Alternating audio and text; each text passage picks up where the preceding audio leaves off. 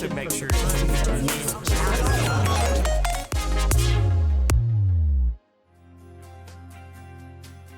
Hello and welcome into this week's edition of AFMC TV. I'm Michelle Rupp. We're so glad that you are joining us.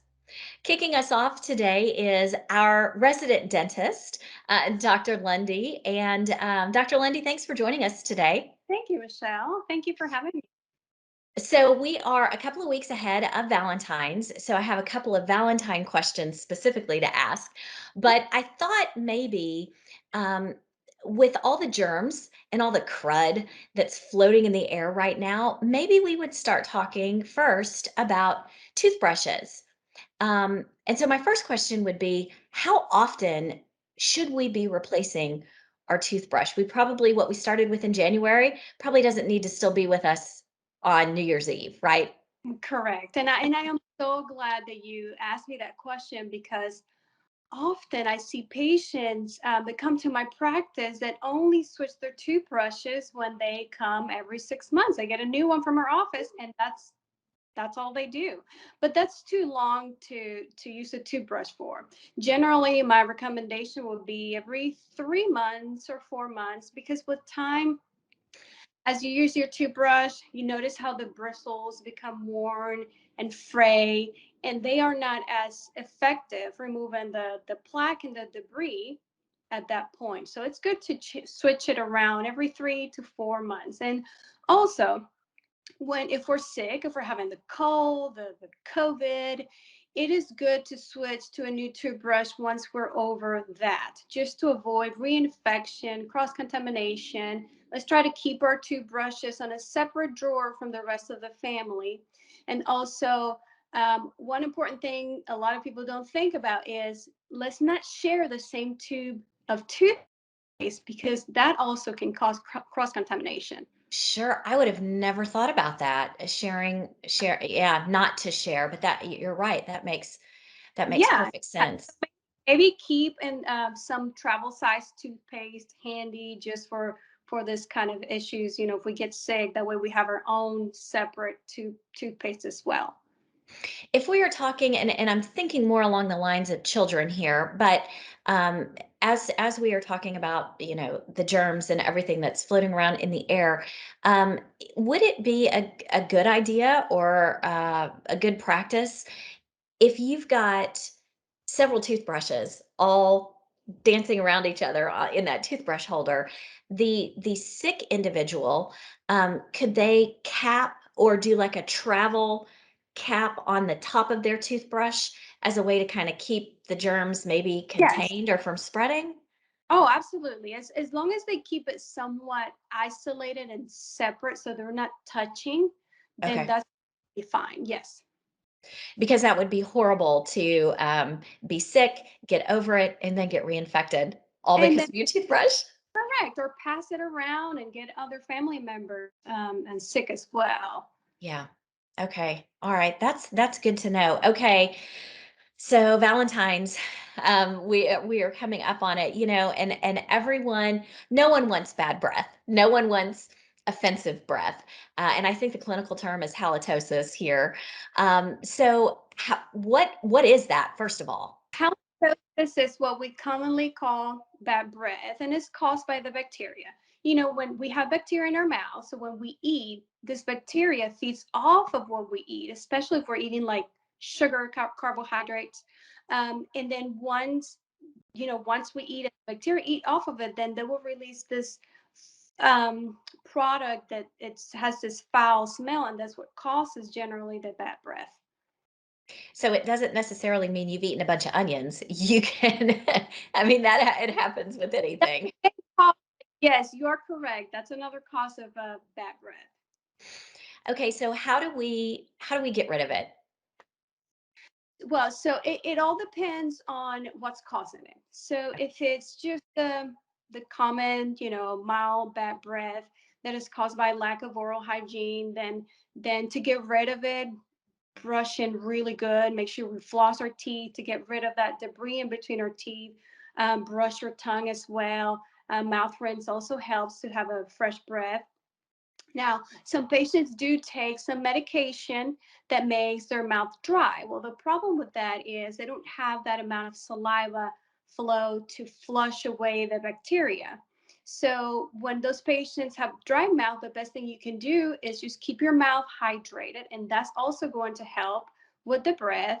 Um, there's also there some patients have what we call periodontal disease or gum disease, and this particular condition causes this unique kind of strong chronic smell. Well, in this case, the patient needs to have treatment with their dentist, their clinician, just to get this gum disease under control. And like you were mentioning, also food. So when we go on Valentine's Day and on our date night, let's try to avoid foods like garlic, onions, and coffee, because that also obviously makes it worse.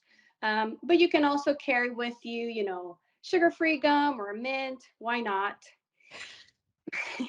And I was going to ask if breath spray, cinnamon gum, if that really does anything, or if it just only does it up here. It makes us think we're having fresh breath. It does help. It does help. So that's why it's okay to keep it handy, as long as it's sugar-free, of course. Sure. Let me ask, could bad breath be a sign of a deeper issue, not necessarily associated with the food that you're eating? Yeah, absolutely. It could be part of maybe the patient has some GI issues, or patients that have sinus infection that can also cause the smell. If the patient has any infection in their mouth or any large cavity, that can absolutely cause unpleasant breath. When is it a good rule of thumb to go ahead and talk to your dentist if you are experiencing bad breath and you keep thinking, "Gosh, I'm doing a whole bunch of things, but it's just not going away." Right. If you know the cause of the bad breath, then and you can address that individual issue, and it goes away, then that's not a problem. But if you feel like it doesn't matter what you do, you still have that breath, then that's what we're here to help, to determine what is causing your breath. And sadly, a lot of patients don't realize, they're not aware of the breath issues until someone else mentions that to them, which is just. Sure. And this can happen in children, right? Just as easy as adults. Absolutely, yes, it can certainly happen in children. Okay. All right. Dr. Lundy, anything else that we need to know, whether it's changing our toothbrushes or making sure we have kissable breath for the coming weekend? Well, just again, let's just make sure before your date that you keep your teeth clean. Watch what you order for dinner. No onions, no garlic. But in generally, my general recommendation is for the patients to come every 6 months for their dental cleaning. Okay, that's critical. Perfect. All right. Dr. Lundy, thank you for joining us today. Thank you, Michelle. Have a good one. Chenal family therapist Ken Clark joins us now. Hi, Ken. How's it going? It's good to be back. It's good. Yes, it is. It's good to be back. It's hard to believe we're on top of another holiday, Valentine's. Unbelievable. It never stops, right? Never stops. No, not at all. Not at all.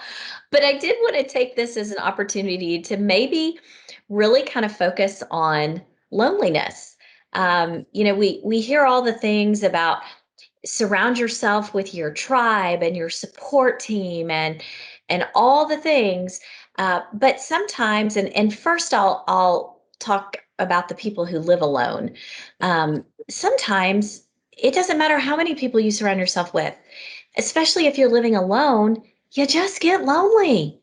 Yeah. How can we counteract that? Yeah.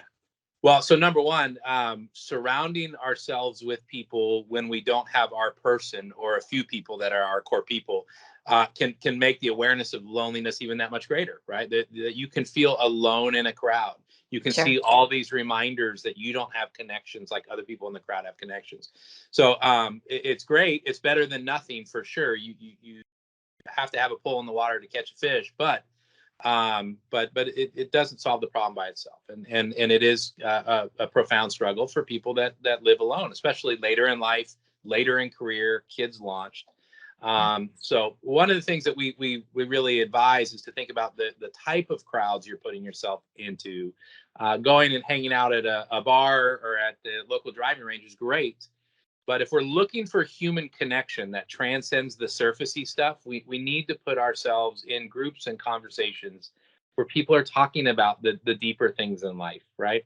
So whether it's at your church, a support group, a stage of life group, anything where people talk about the real stuff, including loneliness, is going to be your best bet for overcoming loneliness.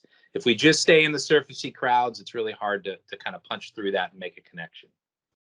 And I would think too that that's kind of a hard conversation to have, to talk about being lonely, because no one really wants to admit that they're lonely. I don't care if you are living alone or if you have 12 people in your household. I mean, you can still be lonely with 12 people in your household, but that is a difficult conversation to start to have. And you have to be choosy who you have that conversation with.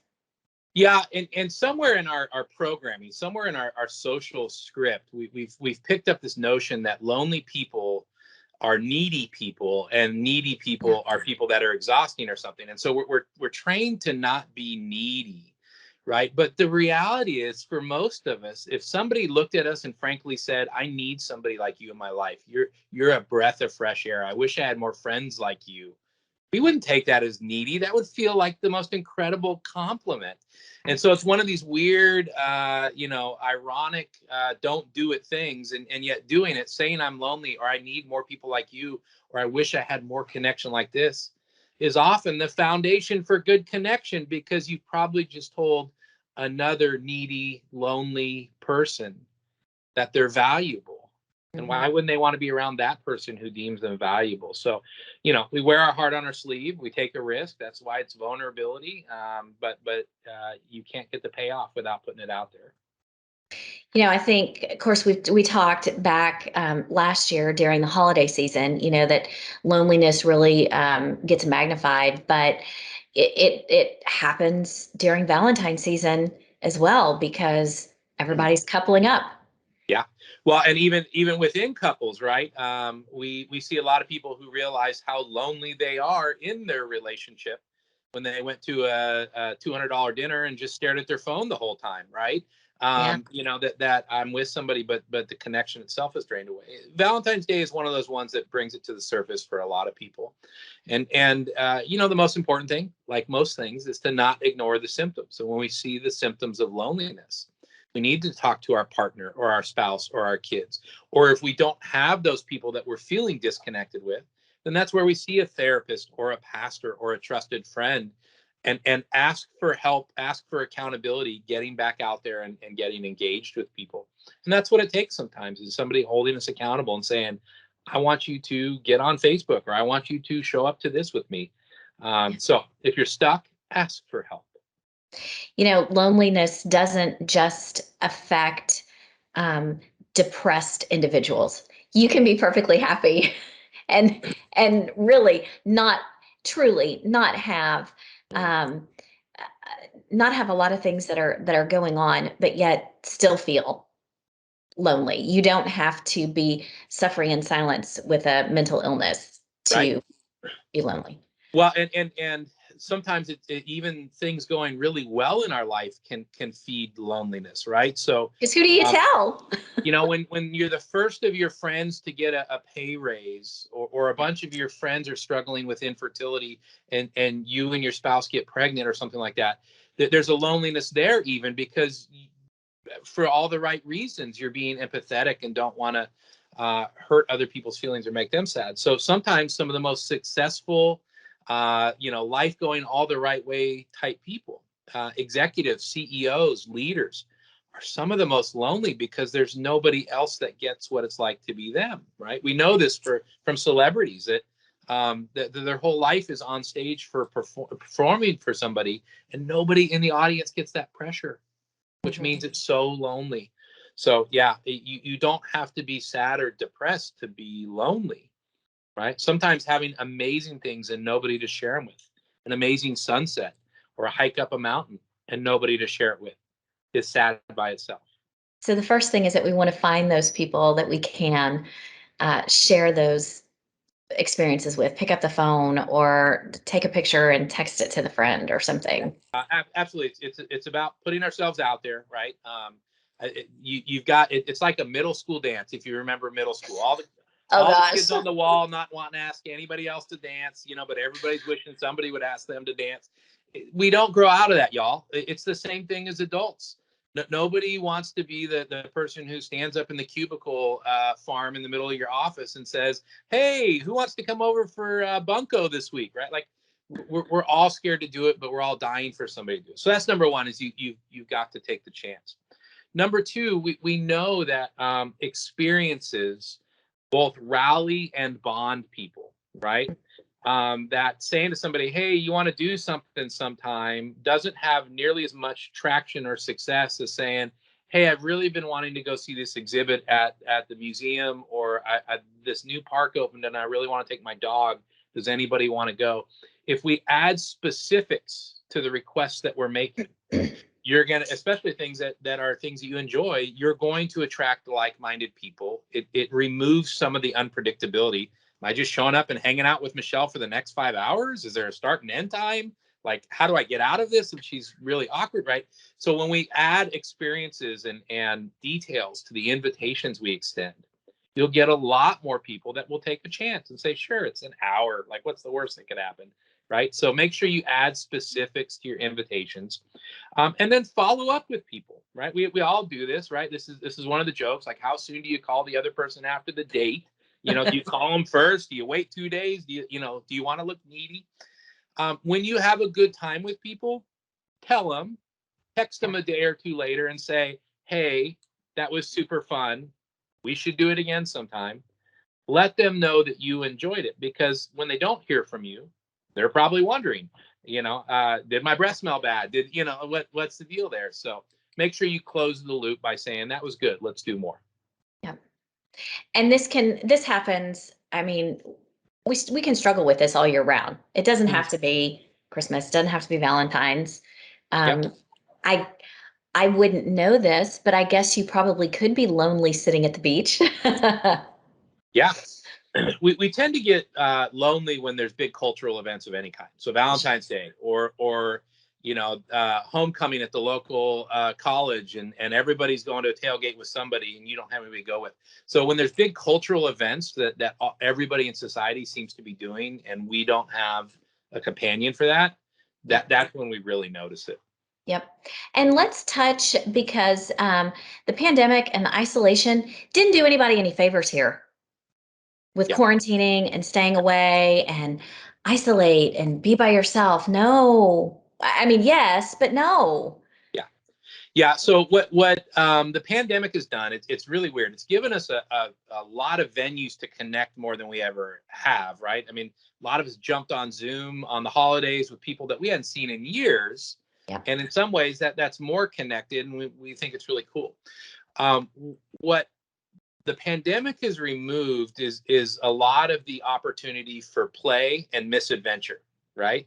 I mean, we think about, we get together, one of the first things we do is tell stories of when things went hysterically wrong, or that time we were driving to Dallas and we ended up in Albuquerque instead, but it was the best time ever. And, we saw a concert last minute. I mean, we need adventure, misadventure, and play. And that's one of the things that even though we're in some ways more connected, we've lost the opportunity for spontaneous memories. And so as we're rebooting here, and as we're trying to find safe ways to connect, we want to make sure that even if we're doing it 6 feet apart, we're creating room for spontaneity, chaos, serendipity, chance, whatever, right? For play, for people horsing around, for making memories. That's got to be a part of this. If all we're doing is connecting and talking, that will take a toll.